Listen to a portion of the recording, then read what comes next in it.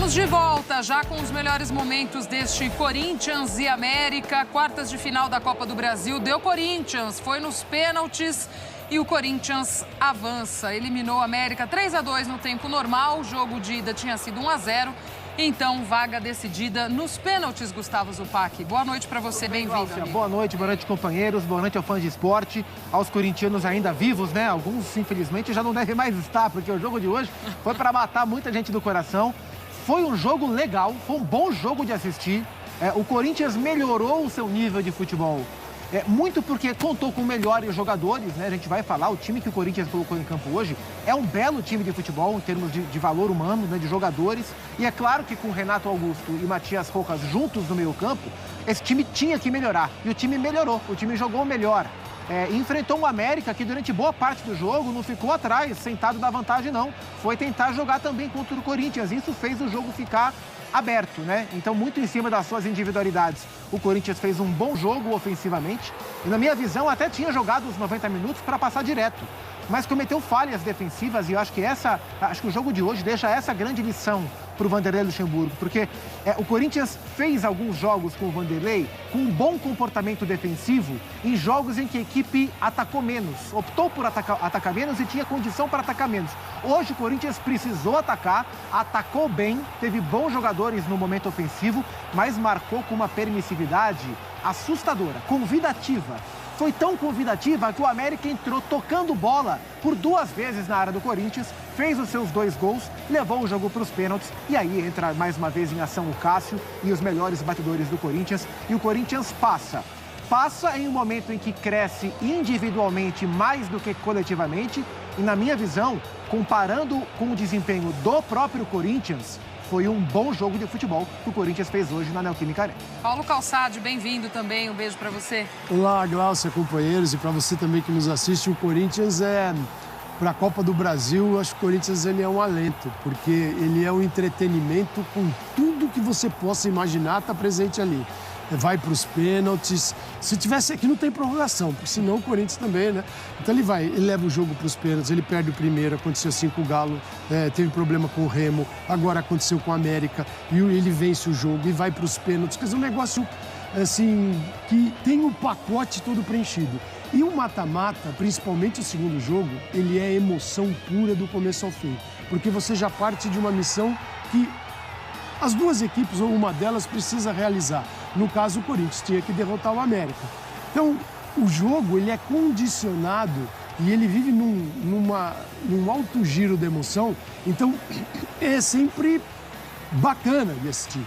Agora, o que a gente vai falar daqui a pouquinho no Sport Center, nós vamos debater aqui, é o futebol, os meandros do futebol corintiano. Quer dizer, aquilo que o Corinthians está produzindo, o que ele poderia fazer para melhorar, mas aquilo que ele entregou hoje é o ponto máximo do entretenimento. Porque teve de tudo e mais um pouco nessa cobrança, a ponto de o Cássio fazer 2 defesas, uma bola para fora. Então foi um pacote de futebol muito interessante. Mas o Corinthians, para o restante da temporada, precisa desenvolver seu jogo coletivamente. E isso ainda não foi alcançado. Ele está no padrão individual. O que pode ser melhorado em cada um para a somatória gerar um Corinthians melhor. Mas o futebol não é só isso, tem mais coisa aí. Entretenimento desgastante para o corintiano, não, assim, mas nada que o corintiano não esteja acostumado. Fernando Campos, um beijo, amigo, bem-vindo. Beijo, Glaucia, aos companheiros, fã de esporte. Parecia uma montanha-russa, né, esse jogo, né? É verdade. Acho que a gente tem bons pontos para destacar sobre a atuação do Corinthians, principalmente ofensivamente. Acho que 2 boas notícias. A primeira, a sequência de um garoto que está mostrando muita qualidade como o Moscardo, tanto marcando como também na qualidade, para sair jogando. É um acerto. Acho que faz parte também de um processo que o Luxemburgo está tentando fazer, né, de rejuvenescer a equipe. E ele é um garoto que está entregando. Impressionante a maturidade dele, um jogo grande, um jogo de muita pressão, ele jogando com desenvoltura. E o impacto que a gente viu, principalmente no primeiro tempo, do Matias Rojas. Sim. Sem dúvida. Assim, qualidade de um jogador que era um dos principais destaques do Campeonato Argentino lá com a camisa do Racing, que hoje com liberdade, jogando um pouco mais por dentro, a gente já viu a influência dele, como ele pode acrescentar. Mas eu estou muito na linha do Calçade e do Zupac. A gente vê uma melhora individual, porque, primeiro, o time do Corinthians é bom. O time do Corinthians tem bons jogadores, mas coletivamente ainda é um time muito irregular. Acho que é um time que precisa de um padrão maior, é um time muito vulnerável defensivamente, a gente viu isso no segundo tempo. E olha que o América era dominado no segundo tempo, mas conseguiu ter a facilidade e o espaço ali para botar fogo no jogo. E só um recado final, na minha primeira explanação, por favor, né? Faça uma estátua pro Cássio, né? É brincadeira, a gente está falando de uma lenda, de um cara que representa um Corinthians vitorioso. Bom, o Corinthians que teve hoje alguns personagens que a gente pode ir destacando ao longo aqui do nosso papo. Vamos chegar a falar do Rojas também, que havia essa expectativa muito grande pela estreia dele e fez esse primeiro tempo muito bom. Mas Renato Augusto é um ponto sempre a ser destacado, né? Começando hoje a partida, fez gol, enfim...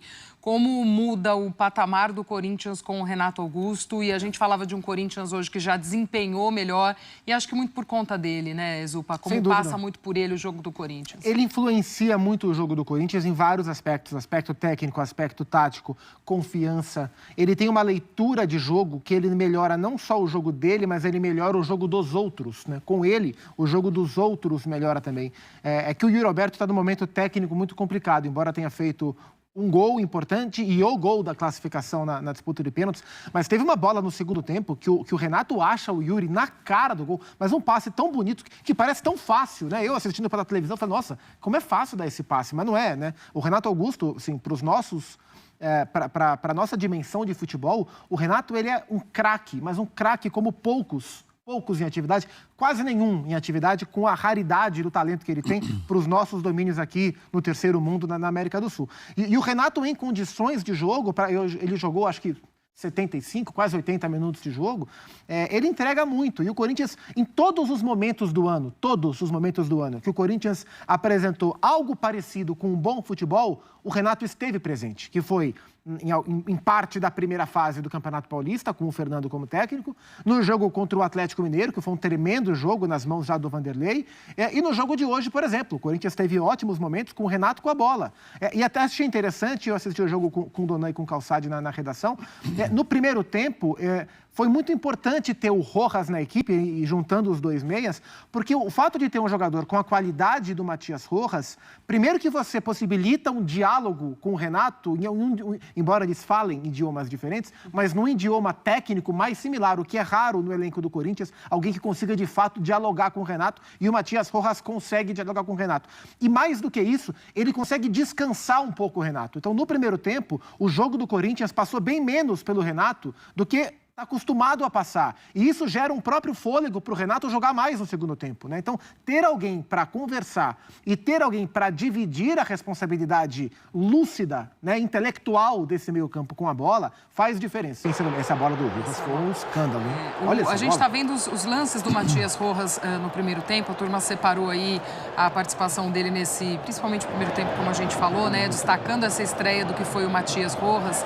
E havia uma expectativa muito grande, né? O Rojas chega como, de fato, um cara que pode ajudar e melhorar muito esse meio do Corinthians. Como vocês já falaram, em alguns momentos, esse desafogo de Renato Augusto, ou até mesmo quando ele não estiver. Então, a gente estava vendo um pouco da participação do paraguaio hoje, que fez uma boa estreia. O Corinthians tem, com o Renato, era um Corinthians.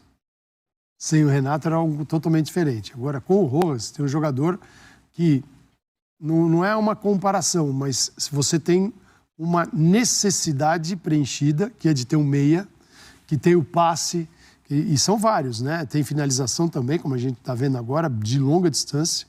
Então ele tem finalização, ele tem o passe, ele encontrou o Yuri Alberto no jogo, deu um passe excelente para ele. A gente viu aquela bola da linha de fundo, que foi uma trivela com a canhota linda, e o Roger Guedes alcançou. Então o Corinthians pode dizer que com os dois, pode ter dois meias no mesmo jogo, ou pelo menos um. E chegou em momentos que ele não tinha. O Juan ficou um ano parado. Né? O Juan ficou um ano parado. Não, ficou 3 anos parado. 3 anos, né? Ele, acho que o último... 1000 dias, mais de 1000 dias. 1000 dias, não é um ano, 1000 dias. Entrou bem, 1000 dias. Ele entrou bem, tanto que ele faz a jogada. Então você não pode querer que o Juan, de uma hora para outra, também assuma isso. E ele é um meia diferente deles. Exato. Mas o trabalho do Luxemburgo, assim, o que salta é a reformulação do elenco. Ele reformulou o grupo, ele fez isso. Isso não era um papel apenas o treinador. Esse tem que ser um papel estratégico da direção de futebol.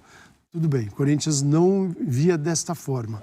Ele chegou e ele já foi fazendo isso. Uma série de jogadores falando, eu preciso rejuvenescer a equipe, porque para ter um time mais agressivo, um time que possa recuperar a bola, que possa marcar, que possa subir, eu preciso de gente capaz de fazer isso. E aí ele vai achar o garoto de 17 anos.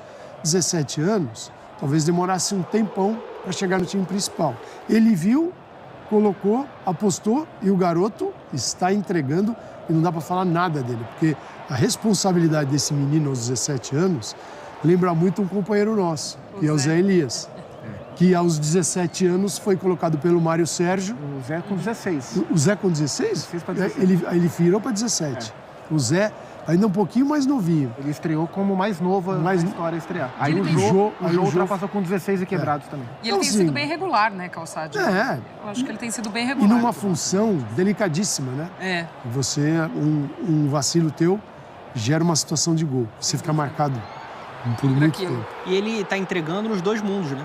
Defensivamente com pegada, ganhando os duelos, né? Fazendo a cobertura. Acho que tem que ver a questão da sobrecarga, porque ele estava muito sobrecarregado. No segundo tempo já estava exausto. E é por isso que ele entra, né, Dona? Justamente para aguentar essa sobrecarga. Era uma posição crítica no elenco do Corinthians. A ponto de, mesmo tendo jogadores melhores, vários dos técnicos que passaram acabaram optando, por exemplo, pelo Rony, que claramente nunca foi uma opção técnica para o Corinthians, mas diante de um time que tinha jogadores do meio para frente, tecnicamente qualificados, alguns deles, e com a questão da idade, da parte física, da intensidade muito defasada... A finalização é deles. Dele. Pois é, estava 1-0, foi quase 2-0. Era uma posição crítica, a ponto de o Corinthians estar até agora buscando um volante no mercado. Tentou o Cuejar, tentou o Wendel do Zenit, tentou o Zé Wellison, né, do Fortaleza, o Corinthians quase mandou o Watson para ter o Zé Wellison, essa é uma transação bem estranha. E aí o Moscardo assume, o Vanderlei coloca o Moscardo no jogo contra o Liverpool, que era o jogo da meninada, o último jogo da Libertadores, que o Calçade comentou. O Moscardo entra no fim do jogo, participa do lance do terceiro gol do Corinthians, dali por diante ele não sai mais do time. Né? O quarto jogo, né, como titular do Corinthians, ele pegou a oportunidade e falou, essa vaga é minha.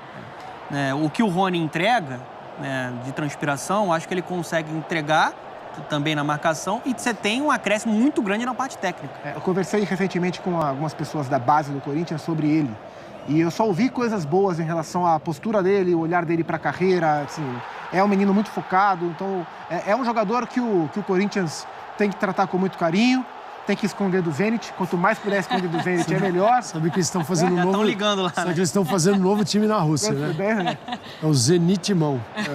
Hoje o Zenit chegou à final da Copa da Rússia. Dos 11 titulares do Zenit, 5 são formados no Corinthians.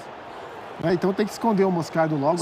Um ponto positivo do Luxemburgo, que acho que é uma marca até na carreira dele, né? Como ele consegue olhar para a base, garimpar e encontrar jogador diferente. Ele conhece muito futebol, Luxemburgo. Acho que o time precisa avançar muito coletivamente, mas campo e bola, né? O toque refinado, ele consegue ver a característica do jogador e tem a coragem de dar oportunidade.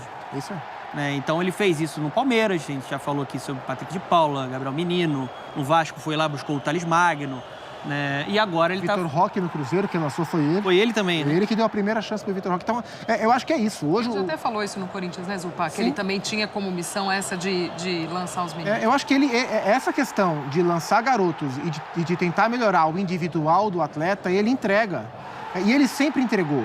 Eu acho que, já até falei isso aqui no Sport Center à noite durante a semana, eu acho que esse é um ponto, quando a gente tenta analisar o que é que mudou na carreira do Vanderlei, eu acho que o Vanderlei mudou pouco, o que mudou foi o futebol.